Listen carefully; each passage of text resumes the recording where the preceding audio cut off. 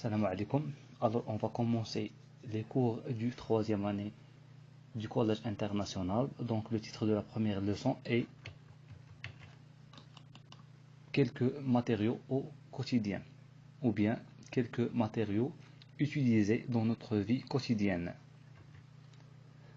Grande distinction entre objets et matériaux. Donc, غادي نحاولوا نفرقوا ما بين جسم ومادة. Donc, distinction entre objets et matériaux, يعني التمييز بين جسم ومادة. Observons les images suivantes. Donc, on a une boîte de lait, par exemple un verre, une fenêtre, ainsi de suite. Donc, quelques corps. Comment distinguer entre un objet et un matériau? Observation, donc on va déterminer les constitutions des corps qui sont dans les images précédentes.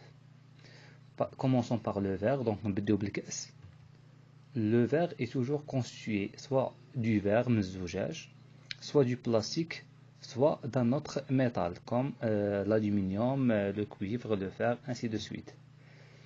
La fenêtre est toujours constituée soit du verre, soit du bois, soit du fer, d'aluminium. Donc la fenêtre est fabriquée ou bien constituée de quelques matériaux.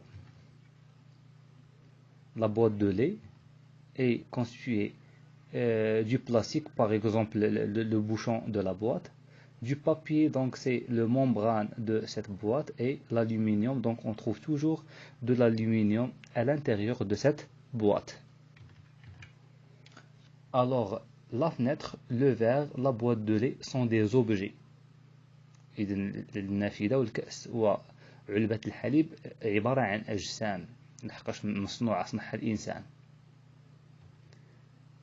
Le fer, الحديد, le verre, الزجاج, le plastique sont des matériaux. Donc هاد العناصر عبارة عن مواد.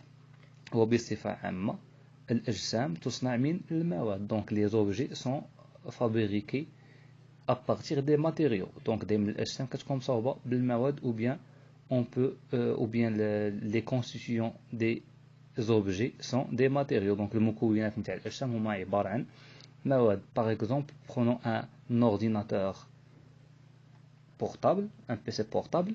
Donc ce PC est un objet, جسم عبارة عن جسم. Il est fabriqué de plusieurs matériaux comme le verre. Donc l'écran du PC est fabriqué du verre. Il y a du plastique, donc comme le clavier.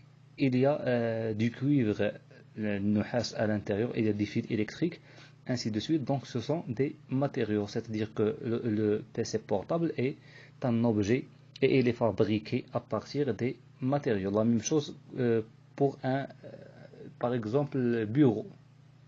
Donc le bureau est fabriqué soit par du bois, soit par du fer, de l'aluminium. Donc le bureau est un objet, mais il est fabriqué par un matériau. Comment classifier les matériaux? Donc ces matériaux comme le bois, le verre, le fer, donc il y a beaucoup de matériaux, donc on va les classifier. Donc par exemple le bois, le papier, le plastique, ainsi de suite, ce sont des matériaux combustibles.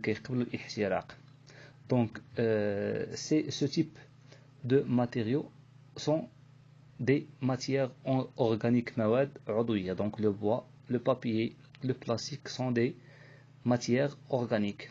Le verre, donc le verre, il y a plusieurs types de verre. Il y a le verre lisse, donc le verre rigoureux, الزجاج الخشن, ainsi de suite. Donc on va les classifier dans un groupe appelé le groupe des verres, ou bien le groupe de verre. Le troisième groupe, c'est le groupe des métaux. Donc le groupe des métaux contient tous les métaux comme le fer, l'aluminium, le cuivre, le zinc, l'or.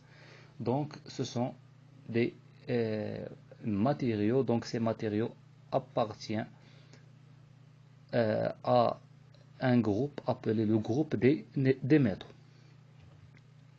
Déduction. Les objets utilisés dans notre vie quotidienne sont constitués de différents matériaux. الأجسام اللي كنستعملوها في الحياة ديالنا اليومية تتكون من مواد مختلفة. La plupart des matériaux utilisés sont classés en 3 groupes principaux: les métaux, le verre et les matières organiques. Donc c'est هاد المواد اللي كنستعملوهم باش نصنعوا الأجسام. Donc les matériaux utilisés pour fabriquer les objets sont classés dans 3 groupes principaux. Sont les groupes de métaux, le groupe de verre et le groupe des matières organiques. مجموعة المواد العضوية.